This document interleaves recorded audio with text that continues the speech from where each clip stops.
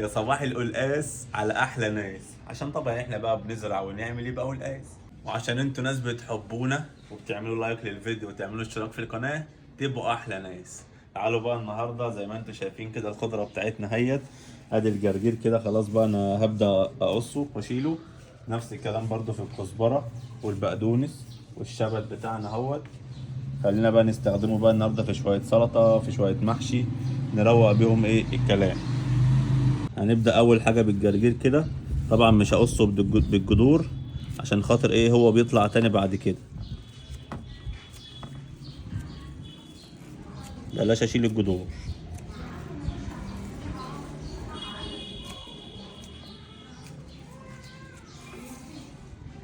شايفين الجرجير بتاعنا من خير مزارعنا.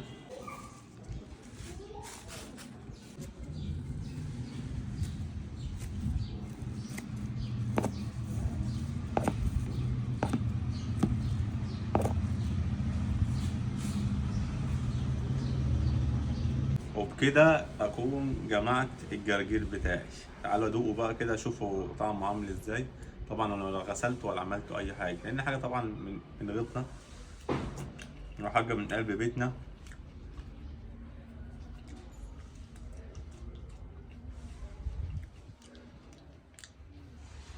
هو ممرر شويه، بس ده طبعا عشان ايه جرجير بلدي، فالجرجير البلدي بيبقى ممرر شويه وبيلسع. تعالوا بقى نخش على الخضره اللي بعد كده. اهو زي ما انتم شايفين كده انا شلت اهوت وسبت الجذور. طبعا شويه كده وانا هشيله خالص ونزرع حاجه تانية مكانه. تعالوا بقى نخش على الكزبره.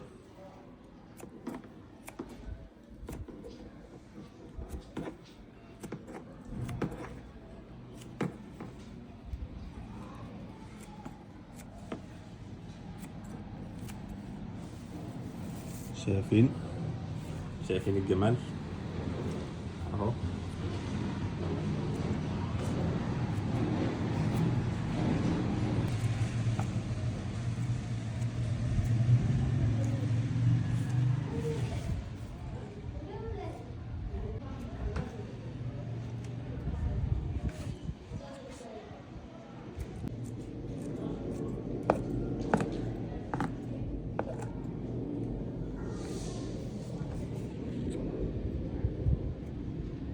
وبكده اكون جمعت الكزبره والشبت بتاعي. تعالوا بقى شوفوا الشكل بتاعه. انا واقف لحد قطع ما يخلص. تعالوا بقى نكمل بقيه الاحواض بتاعتنا.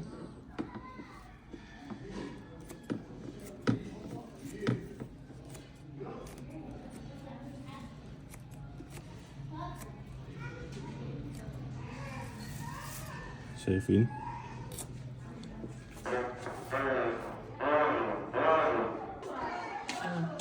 انا عايز اقول لكم الريحه اللي طالعه ما شاء الله. الريحه ريحه الشبت حكايه أهو.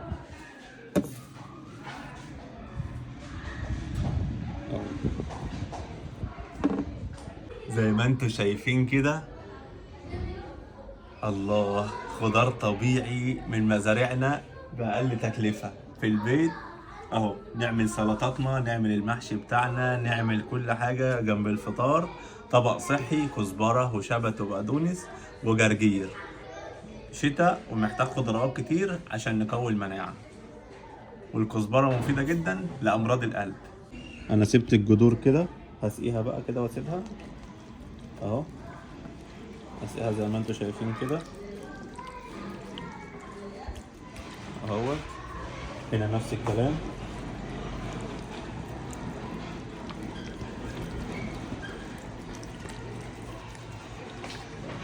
اهو.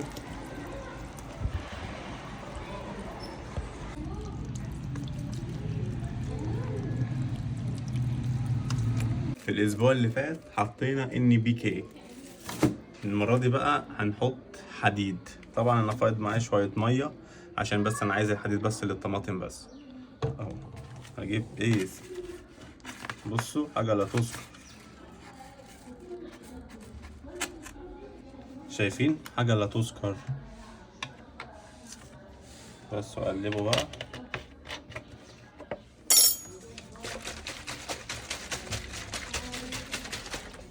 اهو. ده بقى اللون بتاعه.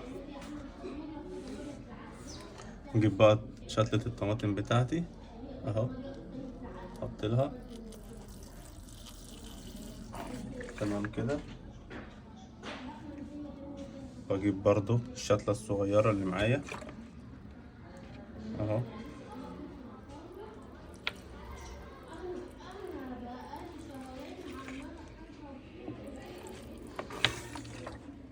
وبكده يكون الفيديو بتاعنا خلص النهارده. انتوا لو تعرفوا الواحد بيبذل مجهود قد ايه عشان يطلع لكم كام دقيقه ديت، لان طبعا في اصوات في الشارع كتير، اللي بيبيع طماطم، اللي ماشي بجرار، اللي ماشي بعربيه، اللي ماشي مش عارف بايه، اصوات كتيره جدا. فعلشان كده يا ريت تدعمونا باللايك بتاعكم الجميل، وتدعمونا باشتراك في القناه.